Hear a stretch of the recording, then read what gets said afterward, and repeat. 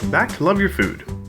This week, this is sort of a follow-on to our canning recipe last week and also our amazing, simple apricot jam from a couple of years ago.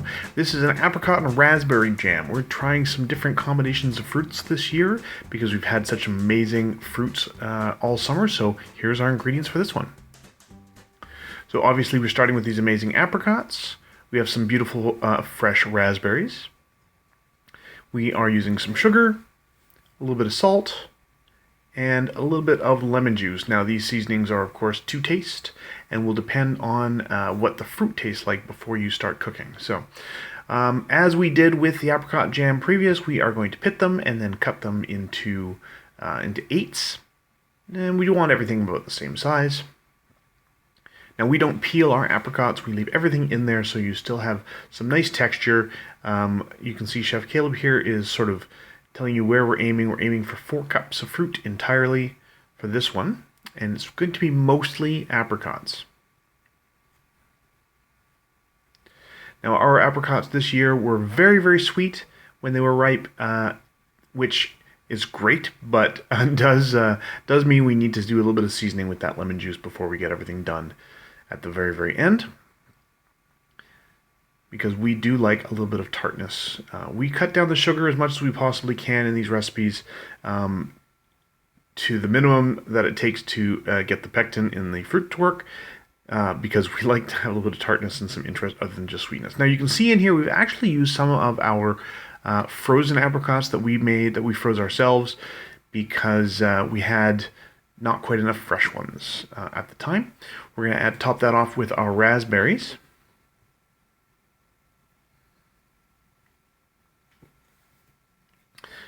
And then we're going to top that off with our sugar. So we're going to let this sit together with the sugar and the fruit. You can also add your salt at this point. And we're going to just give that a gentle stir. You want to make sure you're not letting anything fall out of your container. You want to give it a good stir to make sure it's all well combined. You've got good contact of the fruit with the sugar, and that there's no lumps of sugar or anything like dry lumps of undissolved sugar. So once you get to about this point, that's probably about as far as you need to go. So you can see we've blended everything well together here. And already some of the juices from the fruit are coming out to blend with that sugar, and it's going to get a little juicier before we go on. So now we are ready to go. It's been probably half an hour, 45 minutes. You can let this sit for up to an hour, and you can see a lot of juices have come out. That's exactly what we're looking for, and that's going to go right into our pot. And we want to get everything we can out of here, so make sure you have a good scraper that can get into the corners of whatever container you're using. You want to get every little bit of juice out of there because it's all amazing. It's great flavor. And just want to make sure you have as much as you can get.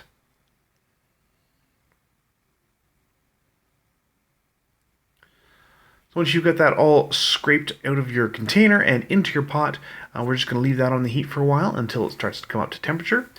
You do want to keep stirring this pretty consistently. You can see here the sugar has started to dissolve. It was quite syrupy before, and it started to look a little looser here. You do want to continue to stir because anything with a lot of sugar like this has a tendency to burn.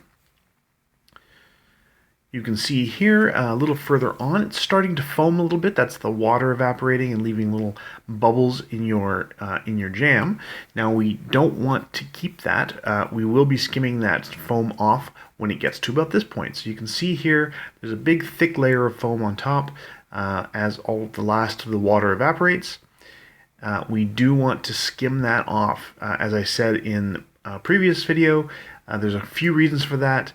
Not the least of which is because it is safer to keep it stored in jars and canning once the foam is gone, because the foam can harbor little oxygen bubbles that are bad for your canned goods.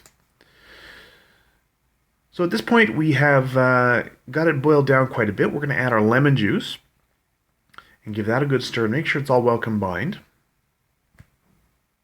We've been stirring this pretty consistently. We've been just trying to make sure that everything is well combined. Make sure nothing's sticking to the bottom, making sure there's nothing scorching or burning.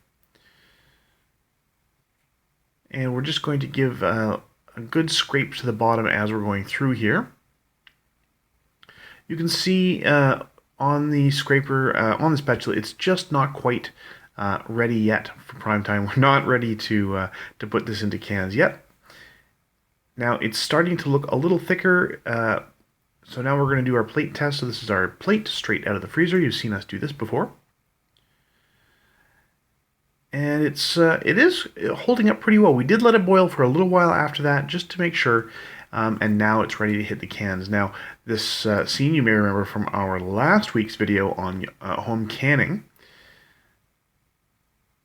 And after that, it's just a matter of getting those lids on. So you want to give those cans a good wipe, make sure that they are clean. Now, as we described in our last video, these cans, jars were boiled, they were sterilized, and they are going to go back into the hot water again for more boiling before these are done.